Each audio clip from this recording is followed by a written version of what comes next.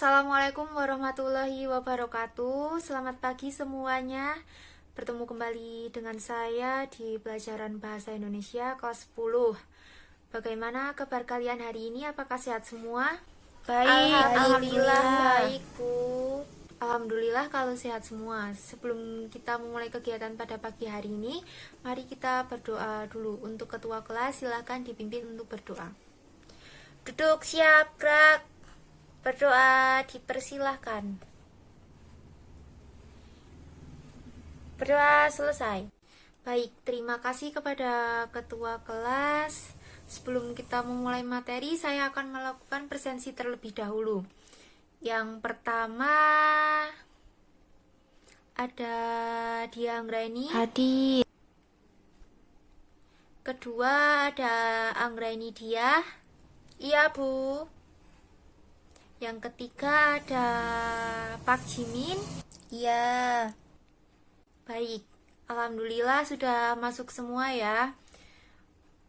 Nah, minggu kemarin Ibu sudah memberi pesan kepada kalian untuk membaca dulu materi untuk hari ini. Apakah sudah dibaca?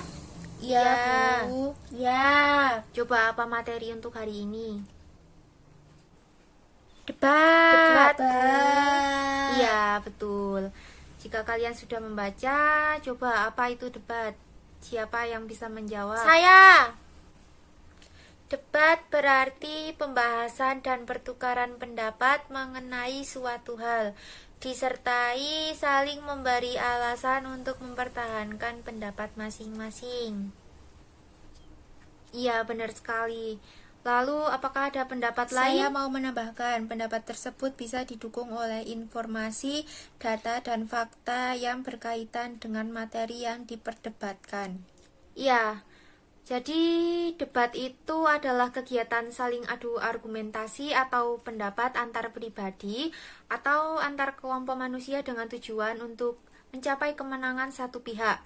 Jadi setiap pihak yang berdebat akan menyatakan argumen atau pendapatnya serta memberikan alasan dengan cara tertentu agar pihak lawan yang berdebat atau pihak lain yang mendengarkan perdebatan tersebut menjadi yakin dan berpihak kepadanya.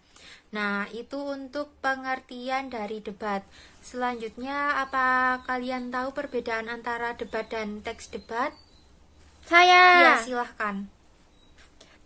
Perbedaannya dari medianya, debat dilakukan secara langsung atau lisan, kalau teks debat secara tertulis.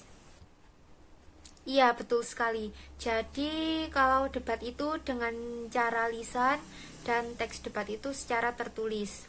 Kalian paham? Paham. Nah, untuk materi selanjutnya yaitu sebentar, saya izin share materi dulu ya. Ya, Bu.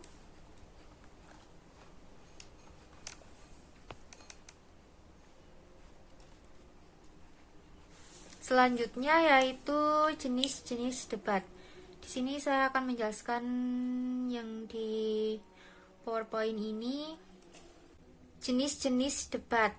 Yang pertama itu ada debat parlemen atau majelis, yang kedua debat pemeriksaan ulangan, yang ketiga ada debat formal, konvensional atau debat pendidikan.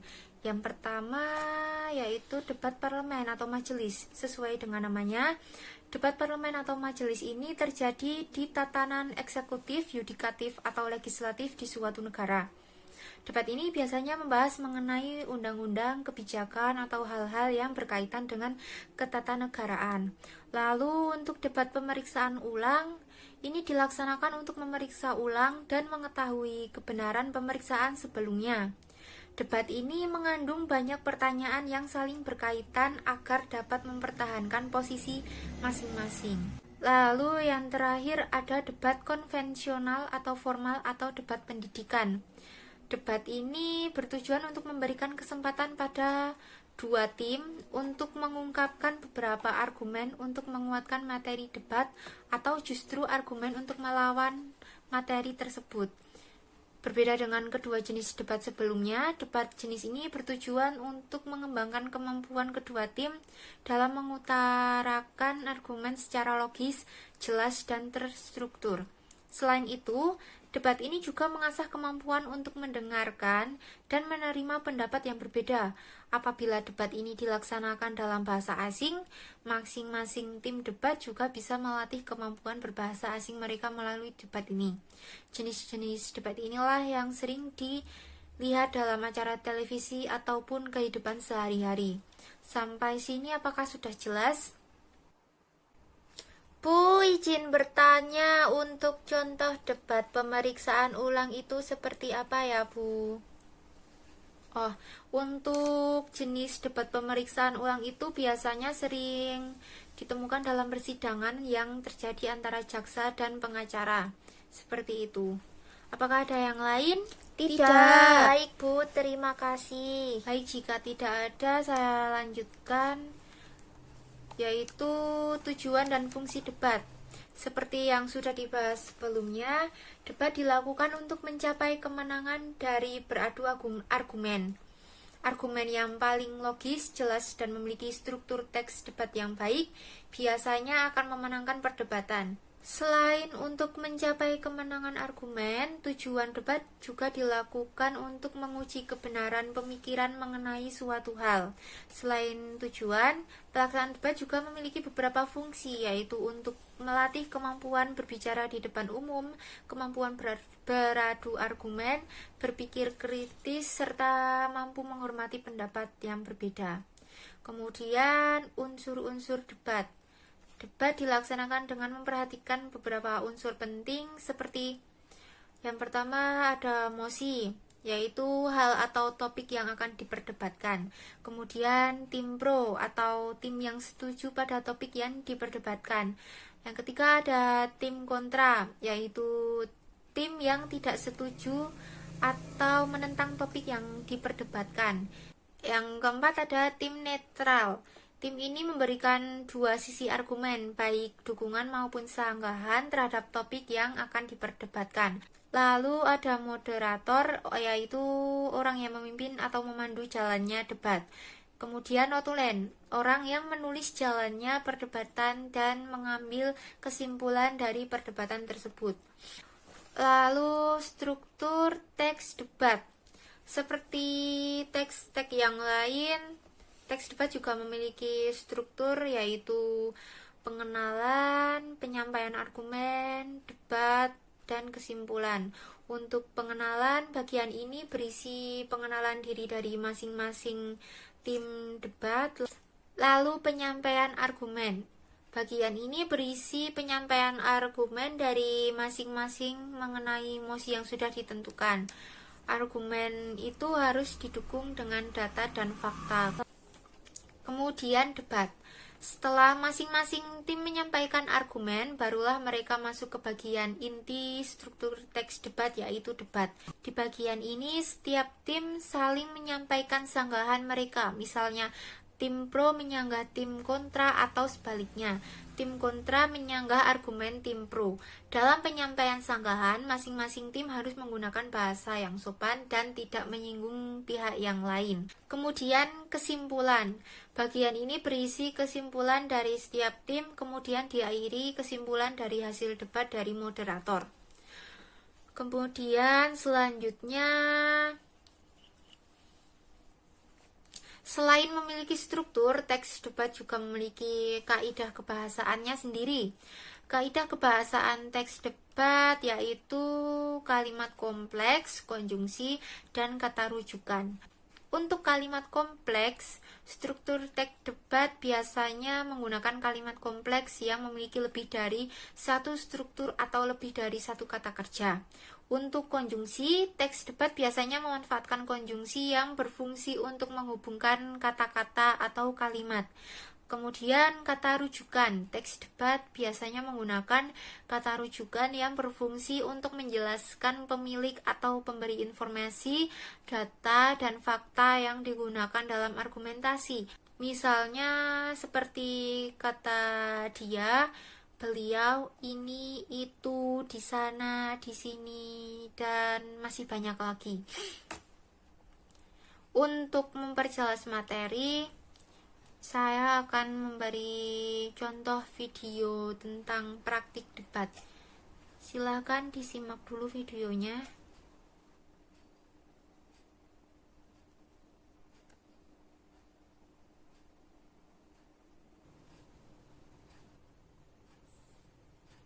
Selamat pagi hadirin. Selamat bergabung di kompetisi debat SMA Ruang Raya Jakarta. Debat kali ini yaitu tentang dilema penggunaan plastik antara efisiensi dan kerusakan lingkungan. Telah ada bersama kita dua kelompok yang akan saling berdebat pada kesempatan kali ini. Di sisi kanan saya ada tim afirmasi dan di sisi kiri saya ada tim oposisi. Tanpa membuang waktu lagi, mari kita simak pernyataan pertama dari kedua tim mengenai dilema penggunaan plastik antara efisiensi dan kerusakan lingkungan. Waktunya hanya 2 menit. Kepada tim afirmasi, dipersilakan. Menurut kami, plastik merupakan material yang praktis, hemat, dan tepat yang telah terbukti memudahkan kita dalam menjalani kehidupan. Banyak benda-benda yang kita gunakan terbuat dari bahan plastik yang terbukti lebih mudah dan murah digunakan. Tidak hanya kantong belanja, tetapi juga peralatan makan dan minum, bahkan perabotan rumah tangga. Antara plastik dan kerusakan lingkungan bukanlah hal yang berhubungan. Plastik tidak memberi andil bagi kerusakan lingkungan. Manusia selaku pengguna plastiklah yang menyebabkan lingkungan itu rusak. Jika yang memproduksi, mendistribusikan, dan mengonsumsi plastik adalah manusia, atau dengan kata lain manusia adalah subjeknya, mengapa plastik yang hanyalah objek justru dikambing hitamkan atas kerusakan lingkungan yang terjadi? Menurut kami, mengambing hitamkan plastik bukanlah hal yang tepat dan tidak dapat diterima dengan akal sehat. Luar biasa. Beri tepuk tangan untuk tim afirmasi. Selanjutnya, dipersilakan kepada tim oposisi untuk memberikan pernyataannya. Waktunya 2 menit, dimulai dari sekarang. Kami tidak sependapat dengan kelompok Anda. Plastik merupakan material yang tidak dapat terurai dengan cepat. Membutuhkan waktu ratusan tahun bagi mikroorganisme untuk dapat mengurai limbah plastik. Penggunaan plastik berdampak negatif bagi lingkungan. Sebagaimana yang diketahui, plastik yang mulai digunakan sekitar 50 tahun yang silam, kini telah menjadi barang yang tidak terpisahkan dalam kehidupan manusia. Diperkirakan ada 500 juta sampai 1 miliar kantong plastik digunakan penduduk dunia dalam 1 tahun. Ini berarti ada sekitar 1 juta kantong plastik per menit. Untuk membuatnya, diperlukan 12 juta barel minyak dan 14 juta pohon ditebang per tahunnya. Jika seperti itu, tidak selayaknya penggunaan plastik tetap dipertahankan. Harus ada alternatif lain untuk menggantikan plastik demi keberlanjutan lingkungan. Bagaimana dengan tim afirmasi? Apakah ada tanggapan? Kami tetap pada pendapat kami, bahwa ditinjau dari segi efisiensi dan ekonomi, plastik merupakan material yang mempermudah kehidupan. Perihal sampah yang ditimbulkan akibat plastik, dapat dicanangkan program 3R, yaitu reuse, reuse, dan recycle. Dengan demikian, yang diperlukan adalah edukasi untuk memberdayakan plastik. Satu hal lagi yang paling penting, menggunakan plastik tidak boleh dibarengi dengan membuangnya begitu saja. Dengan demikian, meski tetap menggunakan plastik, tidak lantas mengabaikan lingkungan. Mohon maaf, program 3R memanglah baik. Akan tetapi, saat ini sudah ada cetusan program 5R, yaitu reduce, reuse, recycle, replace, dan repair. Terdapat kata replace dan repair yang tingkatannya sudah di atas recycle. Jadi, menurut kami, edukasi daur ulang plastik tidaklah cukup. Edukasi harus lebih dari itu. Kesadaran tentang kebiasaan yang harus diubah dan diperbaiki jauh lebih penting. Baik, waktunya habis. Kepada tim afirmasi dan tim oposisi, dipersilakan untuk memberikan pernyataan penutup. Terima kasih, moderator. Kami berpendapat bahwa tidak ada yang salah dengan menggunakan plastik. Meski begitu, perihal lingkungan tetap tidak boleh diabaikan. Tim oposisi, silakan. Menurut kami, membangun kesadaran masyarakat tentang pentingnya menjaga lingkungan dapat dimulai dari mengganti penggunaan plastik.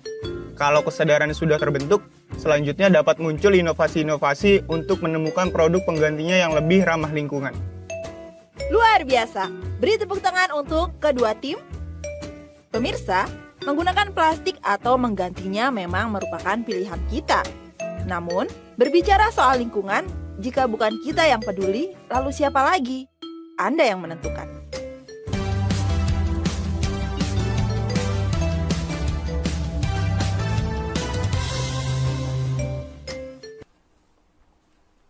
Nah, seperti itu contohnya bagaimana praktik debat. Apakah kalian sudah paham? Paham, insya insya Allah. Allah. Baik, jika kalian sudah paham, untuk minggu depan kalian bisa melaksanakan praktik debat ya. Mosi atau topiknya bebas, kelompoknya juga bebas, kalian yang menentukan saja. Untuk pembagiannya kalian bisa melihat pada buku LKS halaman 67. Di situ ada tim pro, tim kontra, netral, moderator, juga notulen. Kalian bisa mencontoh yang ada di buku itu untuk mempermudah jalannya praktik debat minggu depan. Untuk materi debat hari ini sudah selesai, tinggal praktiknya saja saya tunggu minggu depan. Semoga kalian semua sudah siap untuk praktiknya. Lalu apakah ada yang ingin ditanyakan lagi? Baik, belum ada pertanyaan. Baik, jika belum ada pertanyaan, sekian saja untuk hari ini materinya. Saya akhiri. Wassalamualaikum warahmatullahi wabarakatuh. Waalaikumsalam warahmatullahi wabarakatuh. Terima kasih, Bu. Terima kasih kembali. Selamat siang, selamat istirahat.